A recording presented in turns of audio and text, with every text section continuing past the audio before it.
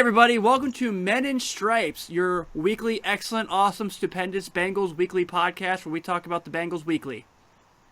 I am Tim Daniel. I am so excited to be here to talk about the Bengals with you guys. And of course, having my side, the original man that started this with me, Mr. Matt Wilson. Matt, how are you, buddy? I'd be better if Shelby was here. There's something about Shelby, I know, the statistician. I'm with you. I think it's because, the episodes I'm on, he's not on. I think it's me. It's not you. It absolutely is not you. Because when we're all three together, it just seems to be a lot more fun. Yeah. Man. Take that as you will. Man, I don't know. When he was at the Bengals-Ravens game, the last game of the year, I invited him to come sit with me because no one was at the stadium, and he didn't come over. And I gave him, he tailgated with me, and I gave him a bunch of beers. So I don't know what I did. It must have been the beer. It was Bud Light. I would be mad at me, too, if someone gave me Bud Light. He seems like he's more of a Dos Equis type guy. I mean, most interesting man on earth. Can I be honest here? I've never had one of those before. I don't know how they taste. I don't drink, I shouldn't say I don't drink. I don't drink often, and it's not beer. Fair enough. We will leave that conversation for someone else then. So, let's talk about the biggest news in the Bengal Dome this week. The big one, obviously, is the Bengals have signed a new middle linebacker, and Kevin Minter, who is a former second-round pick. He has spent most of his career, actually all of his career until this, with the Arizona Cardinals. Very well known for being a fast linebacker, a very athletic linebacker to play there in the middle of the field. So, Matt, this is kind of a domino effect, obviously. One, Kevin Minter comes in, which means there's going to be, at the middle linebacker position, a position not many people were discussing as far as being replaced, which means that Ray Maluga is probably a cap casualty, and it means his days in Cincinnati are numbered. I like the move. I was not a big Ray guy, not just because he played at Southern Cal. I think he made some plays in his career that you could really appreciate. I think he did some good things in his time, but for the most part, we knew Ray Maluga as the man who pursued all the running backs, who you could run right at him and he wasn't going to beat you. And now it's looking like his days are numbered. So, what are your thoughts on this latest news here for the Minter signing one, and then what will eventually happen with Maluga? Well, I think past this year, obviously Maluga's days are numbered. However, the talk right now is Kevin Minter is possibly going to replace Carlos Dansby on the outside for the time being. Obviously the plus side there is it answers at least a need at the outside linebacker position if that is true. Obviously they got a little bit younger. He is only 26, so that's a good thing. I mean, we keep talking about how they sign all these old guys, and they need to get younger. They need to find experience with youth, and I think they did here. I think they did a good job at bringing somebody in who can be at least what looks to be a possible impact pretty quickly. Yeah, I agree. I think it's interesting because if the reports showed the Bengals wanted to do more years, and they were really interested in signing him for about 2-3 year deal, but he was very, very honest and said that he wanted that 1 year deal, which means he's going to hit the market again. He's gaming on the big year in Cincinnati to see what could happen for him next. It looks like. But here's the funny thing: it's not like he's had the past 2 seasons haven't been terrible for him. I mean, you're looking at the past 2 seasons he had 175 tackles and 4 sacks, I think, if I'm estimating correctly. Don't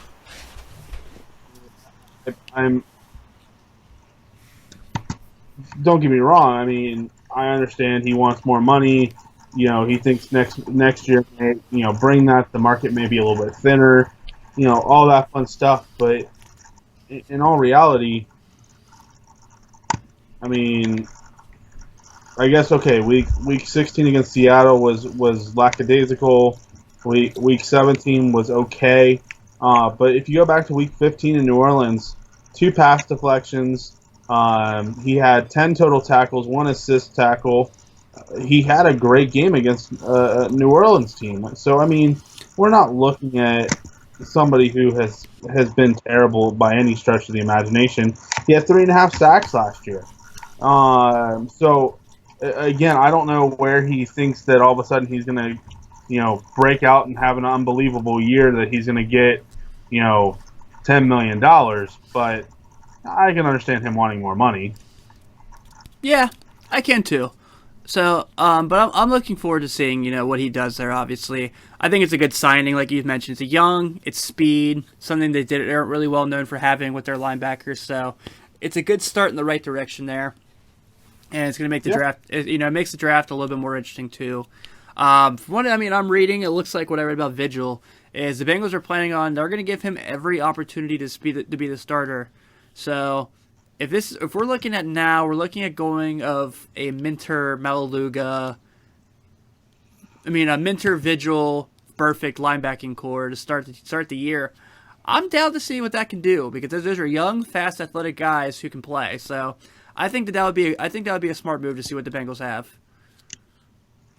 Yeah, and I think too, this 1 year deal may also be kind of a safety net for him. This thing, okay, I'm only locked in this situation for 1 year after, let's face it, terrible season last season. Poop face with so more poops. If they're not going anywhere, I can move on. Yeah, that was a very poopy year with a lot of poops. A lot of poops. Yeah, this is me not cursing anymore on the show. According to every Bengals fan, whose fault it is. Andy Dalton's. Andy Dalton's. Why are we even thinking about trading AJ McCarron? I mean, Andy Dalton was so terrible last year. Yeah, less than 10 interceptions from a starting quarterback in the NFL last year. Yeah, right. I don't know. I'm annoyed by that. So obviously we know that. By the way, congrats to Andy Dalton and his wife on their second baby. Way to go, Dalton team. Exactly.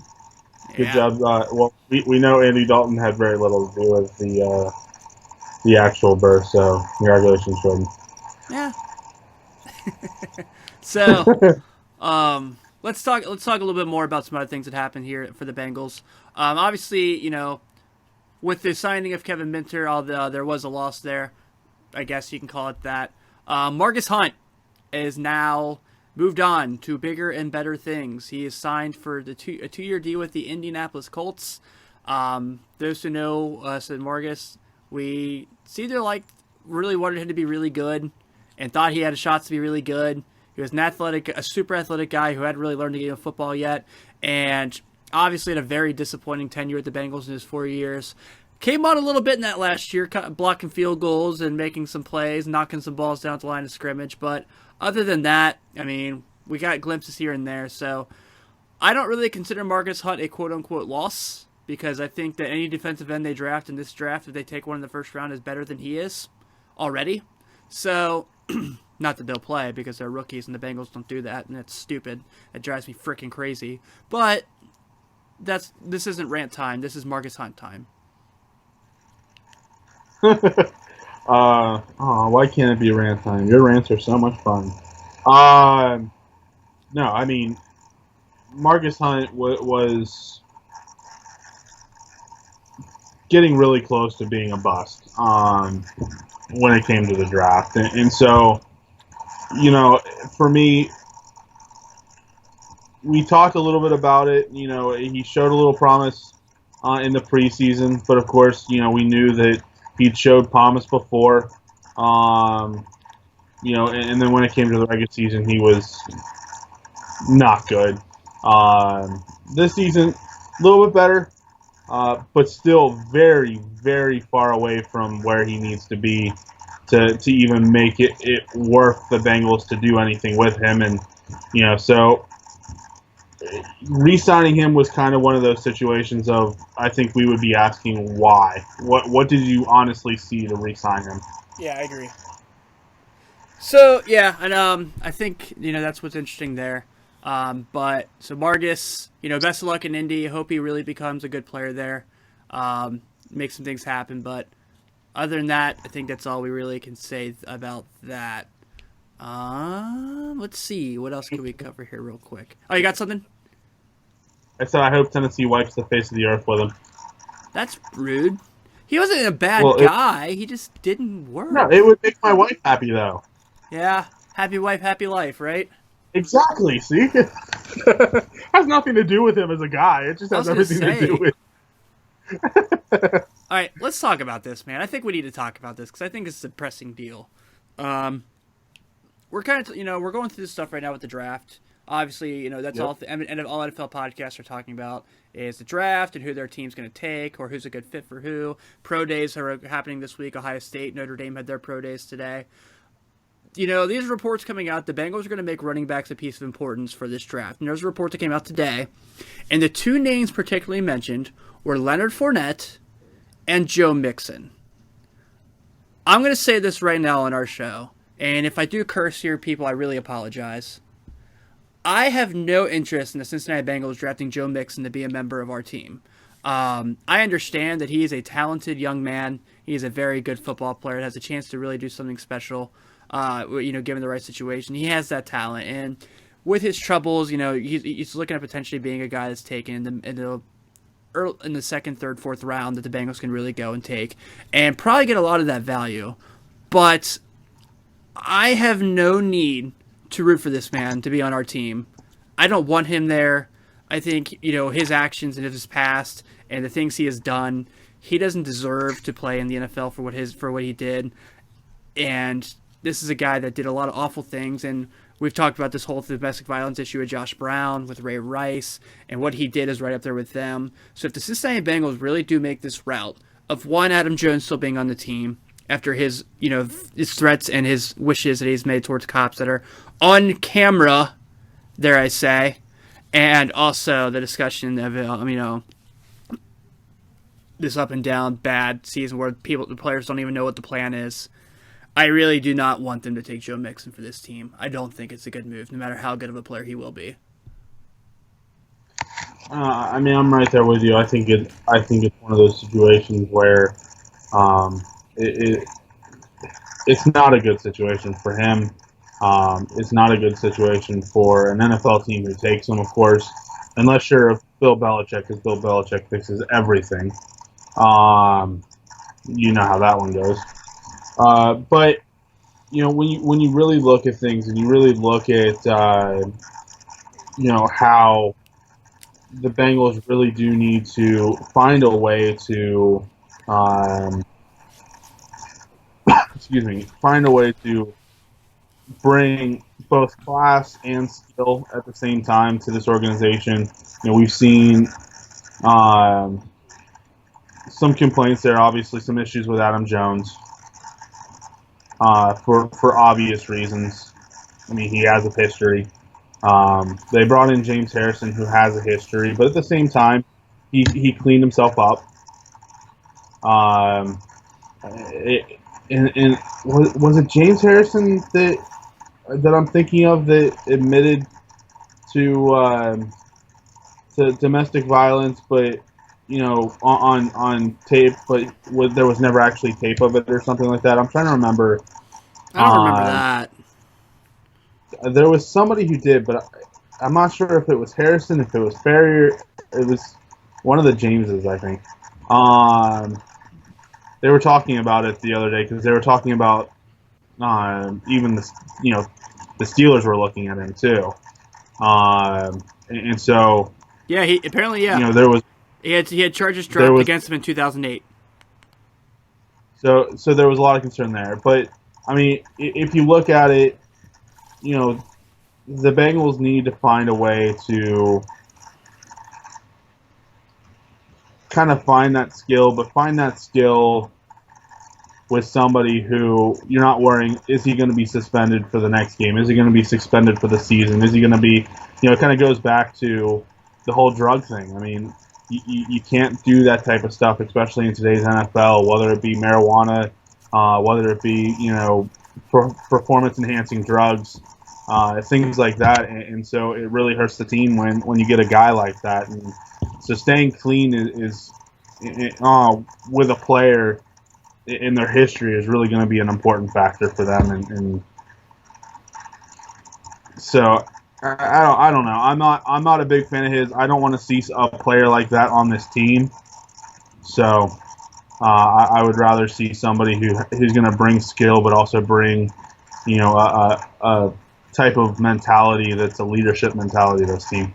Yeah, I agree with that.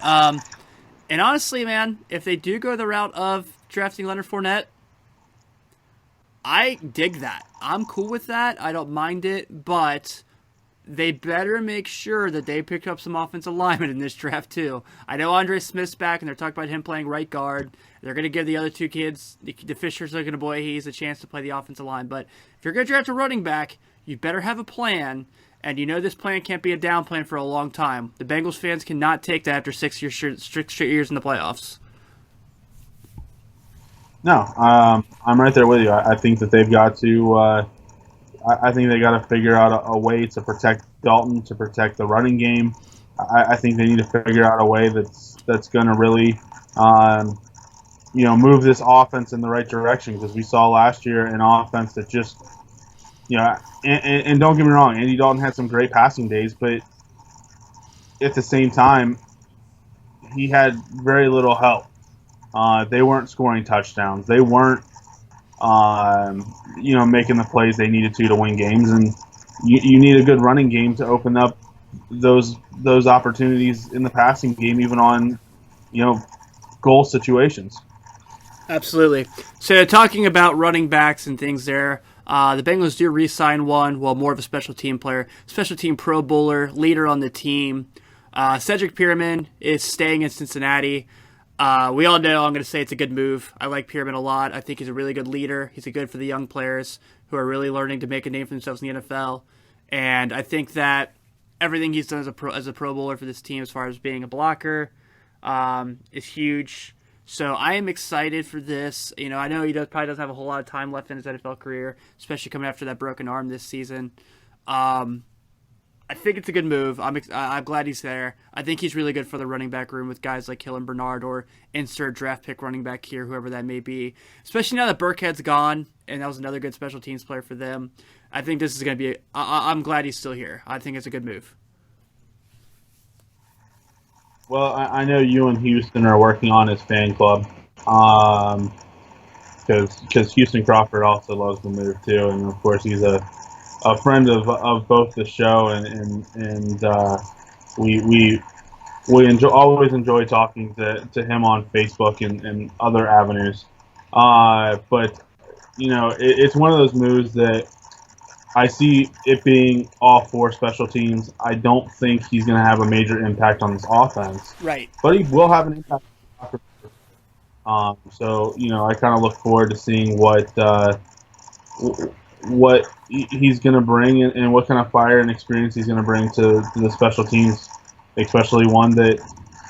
And don't get me wrong, I mean, they look good with the speed that they had, but they still needed help. Yeah, I agree completely. So got to touch on that real fast. Man, we're flying through this episode and all our opinions. We're not loud and mad enough this week, apparently. Must be tournament time. Well, can we go through one thing that we always love to get mad at? Yeah. The NFL making more rules. Oh, Jesus. You knew it had to happen. Yeah.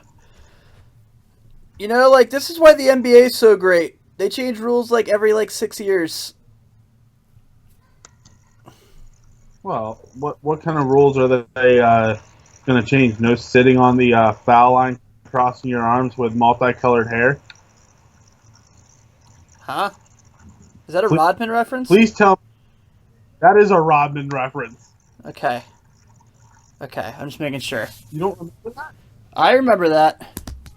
So let's talk about these poopy NFL rules of I don't know, instructional videos for celebration dancing. That's so dumb. Who the hell is gonna that? Oh God, this is the worst. Oh my God. Okay, so let's be realistic here. that isn't so bad, and actually probably it will bring less complaints about the game. And that's centralizing replay.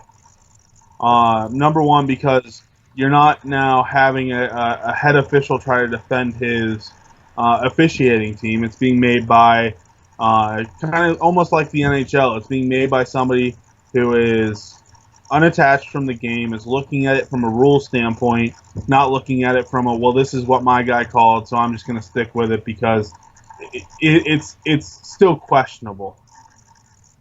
There's something there that you could prove that it happened, but it's still questionable enough that I could say, you know what, we're going to keep it. So I like the rule because I think it does kind of go to the NHL style where it takes emotion out of officiating when it comes to the replays. Mm-hmm. And I think it kind of more to, okay, it's going to have a more consistent interpretation of rules. At least it should. So the catches versus non-catches. Oh, that rule sucks. What, the catches versus non-catches? Yep.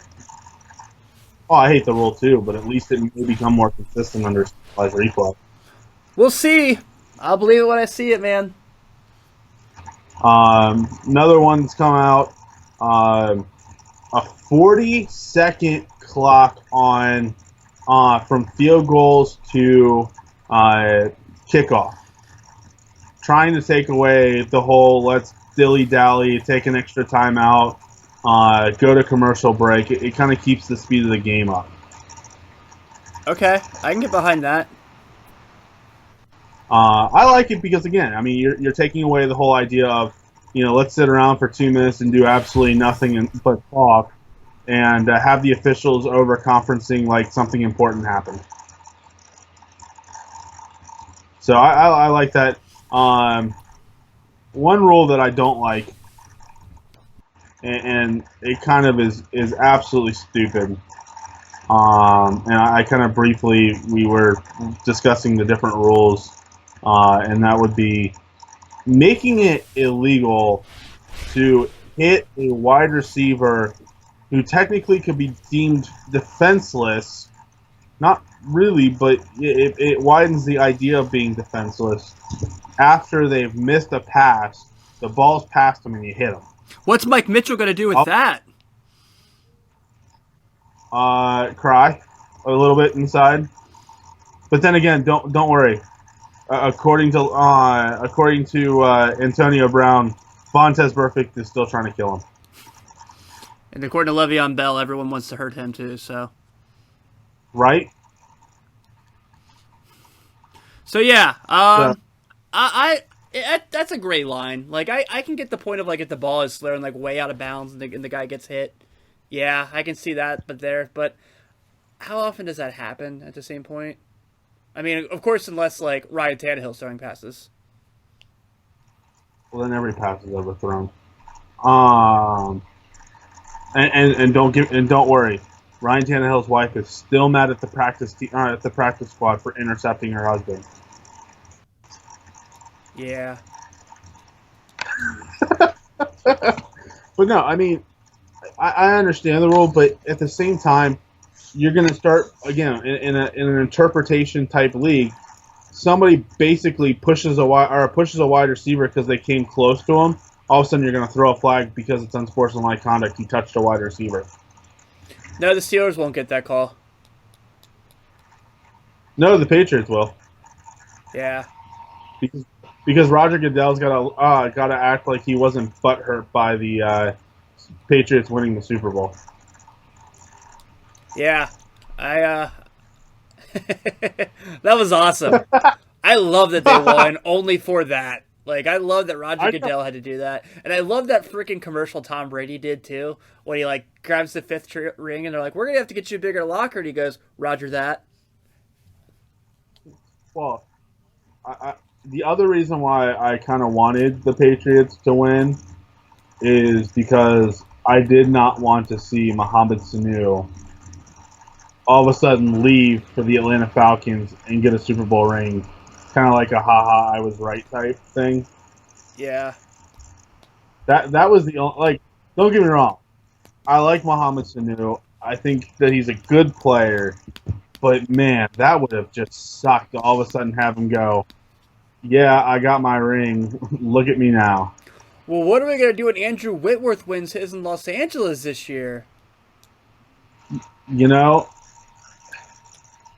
he may actually be the second Bengal in the Pro Bowl if he or in the Hall of Fame if he does that. Because winning Super Bowls is everything according to the Hall of Fame committee. I don't know. I don't know if Eli's gonna get in, man. Well, I mean that's why Ken Anderson's not in. If you ask, Hall of Fame voters. Yeah, those guys suck. Now we're getting into the butthurt stuff. Yeah. Oh man. So, what are the other rules? Like, I saw that they were trying to do the thing now where they're trying to lessen commercial time. So I can get behind that because NFL games should not take 4 hours. Good God, that's terrible. That's almost baseball length. Well, at least it's not Yankees Red Sox length. Oh my God. As much as I dislike Marty Brennaman, and I know as a Reds fan saying that, I always laugh at the fact that he always brings up like how terrible the Yankees Red Sox games are. He'll be like, for the 800th time this season, the Yankees and Red Sox are playing each other on Sunday Night Baseball. The game will end at 1 a.m. Oh yeah, the start time 7. The Yankees and Red Sox will have a pitch clock. No one else in the baseball will, and it's only when they play each other. But I think that's the only time that you can sit there and say, well,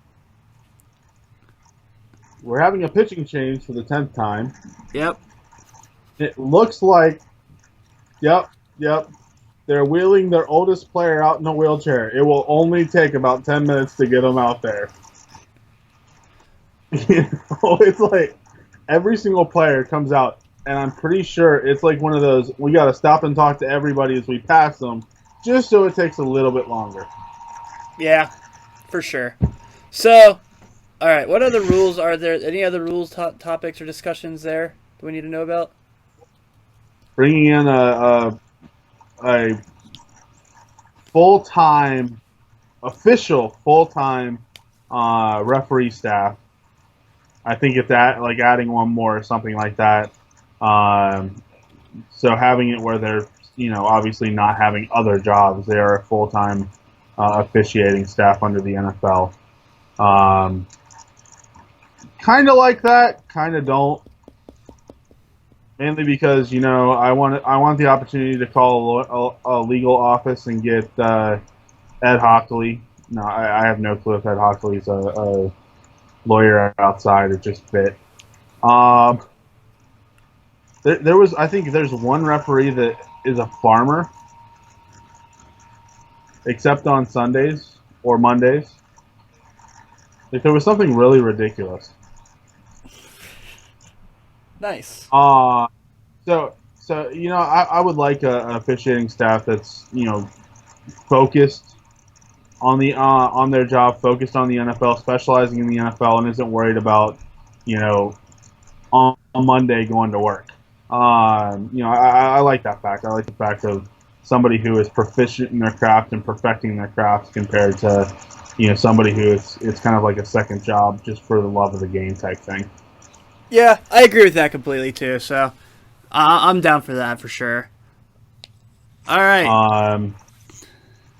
The only other thing and I think you barely touched on was the reduce.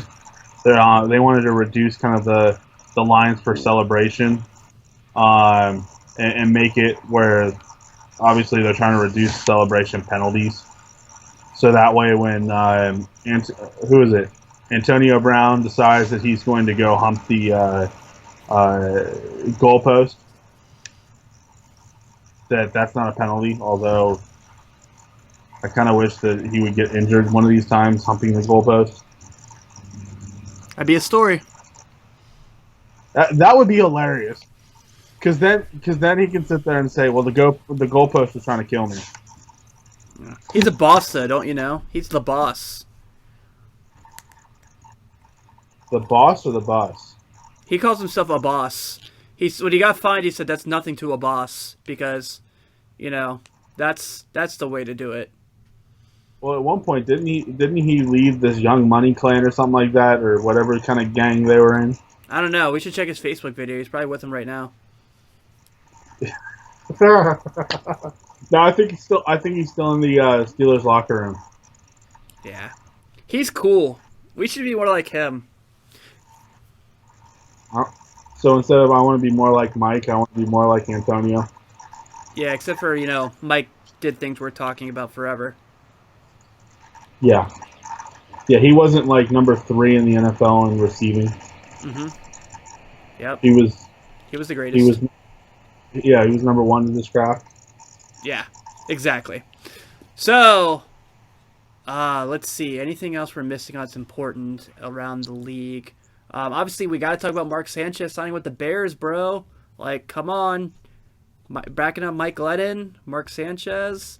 Talking Super Bowl in that quarterback room right now. Well, you know what they're talking about. I'm sorry. I didn't. Did I say Super Bowl? I meant Superb Owl.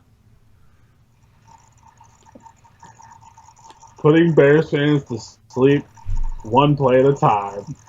Jordan Howard, man. He's going to be awesome. I love Jordan Howard, actually. How about who was it? Jordan Cameron that retired? He did. Another guy with dealing with concussion issues. Yeah, I mean, what? He was only 26? Yeah, he was young. He was good. He was really good.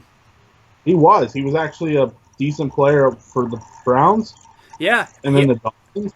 I was a Jordan. Jordan. 2 teams you yeah. say that? I was a Jordan Cameron fantasy owner a couple times. He was great for me.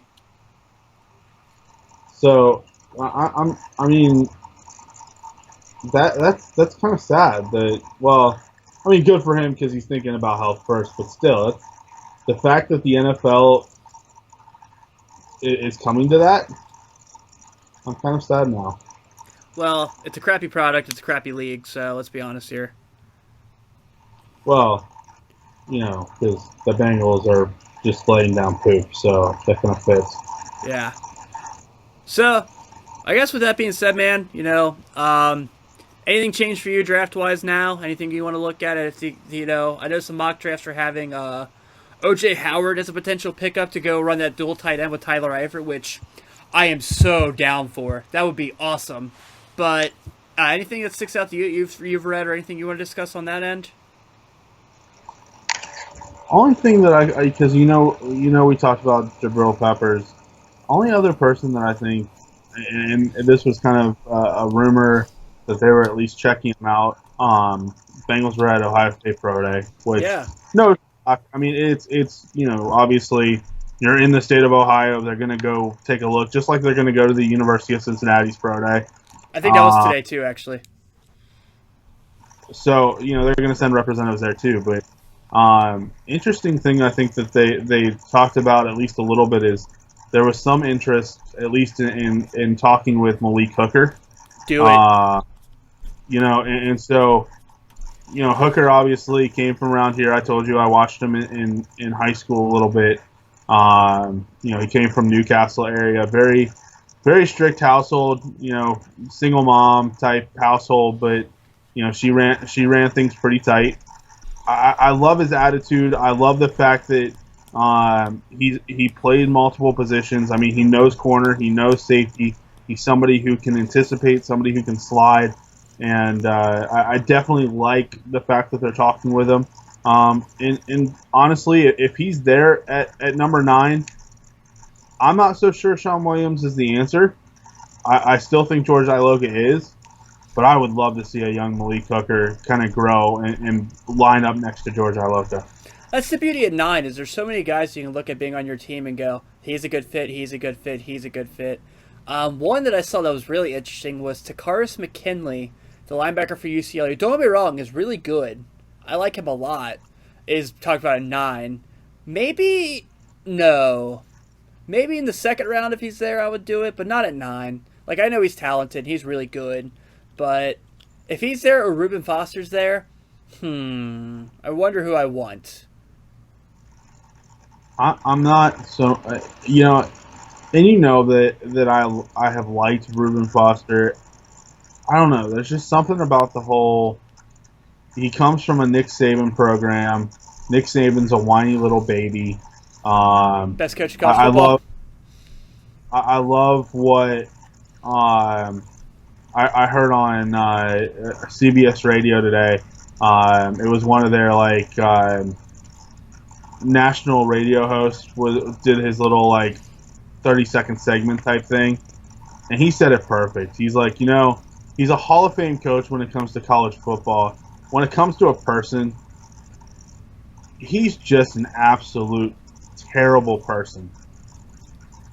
And he needs to learn to grow up with his players, because otherwise people are going to look at him and say he was a great coach, but that's it. He did nothing for the sport in terms of reputation.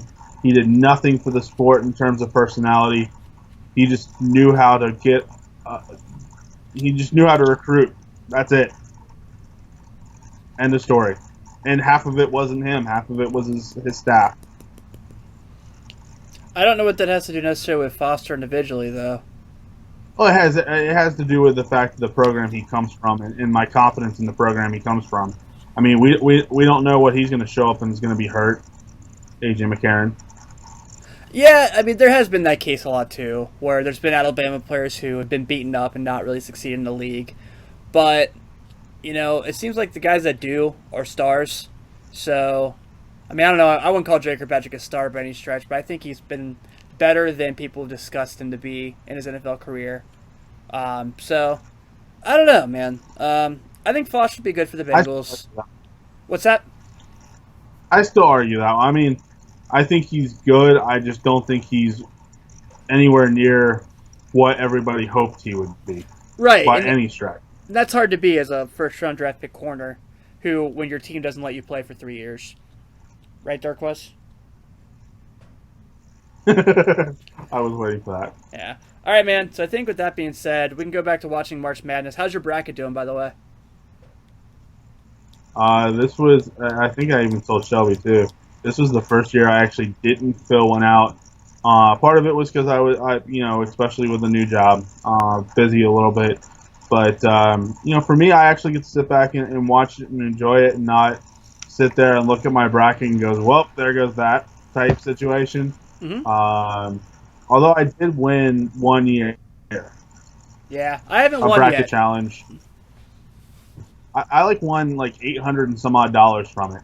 That's pretty baller. So I didn't do too bad. Well, it was a whole work wide one that 50 people were involved at like so many dollars a piece, and I think it was like $20 a piece. First place got like $760. Second place got like $200, and third place got like $40 or something like that. But no, it was ridiculous. But no, this is the first year I kind of get to relax. I get to watch it, enjoy it. Of course, I'm part of a Sea of Blue now, in terms of SB Nation. So when it comes to that, I kind of get to watch it from a perspective of watching how Kentucky's doing. But at the same time, I'm not worried about a bracket. So how's yours doing? Dead, man. Dead. Actually, not as bad as I thought it'd be. I thought with Duke and Nova losing, I thought I'd be toast. Obviously, I'm toast in that region, but other than that, I mean, I had Notre Dame beating West Virginia, and that didn't happen. So really, those have been my only flaws. I've had some losses here and there like anyone else, but so far so good other than those two in my Sweet 16. Well, I had Notre Dame, so other than those three. So left, Who'd you have in the final? I had Kentucky winning in one because I just thought that their guard, in the tournament you need guard play, and I really liked Monk and Fox, and I think tomorrow's going to be really interesting. But and don't forget the fact that they have a power forward in Willis who can shoot. Yeah, and Adebayo's a lot better. I mean, Adebayo's just getting better by the game. He was awesome in the tournament so far. He's been their best player in the tournament. Get beat up inside. What? He was getting pounded on inside against crap. Who do they play last? Wichita? That was a close game. Yeah. He got a double-double? I mean, well, no, I meant he was getting beat up in terms of their big guy was just coming down all over him. Yeah, he's gonna have a tough game up against TJ Leaf. That's gonna be a really bad. That's gonna be a hard matchup for him. Yeah, I mean, so physicality, I think it's going to wear on him a little bit more over the past couple games, and Wichita State, and then this one coming up. So it's going to be interesting. I mean, I like him. I like what he does. I think Willis, though, what I think they should do with him, and this is more of like a thought process. He's always seemed to do better as the sixth man. Yeah. Coming to the bench, and I mean that's when you really see him be more of a contributor is when he's not the starter. He wants to prove that he's starting material, and so that six-man role, I mean, it fits him perfectly. Yeah, I agree. So I think that there are a lot. And then I had another one where I picked Carolina. So either way, my bottom right bracket is the one that's going to hopefully win me some cash. So we will see what happens, man. But with that being said, I'm going to go back and I'm going to watch it. We just had a really fun Oregon-Michigan game that Oregon pulled off. So we got some games to look forward to tonight. And those Cincinnatians like me, I know we're going to be yelling, "Go Muskies" tonight against Arizona and former coach Sean Miller. So everyone, enjoy the week. We'll be back at it next week, hopefully as a whole team. And, of course, Hoo-day. Hoo-day.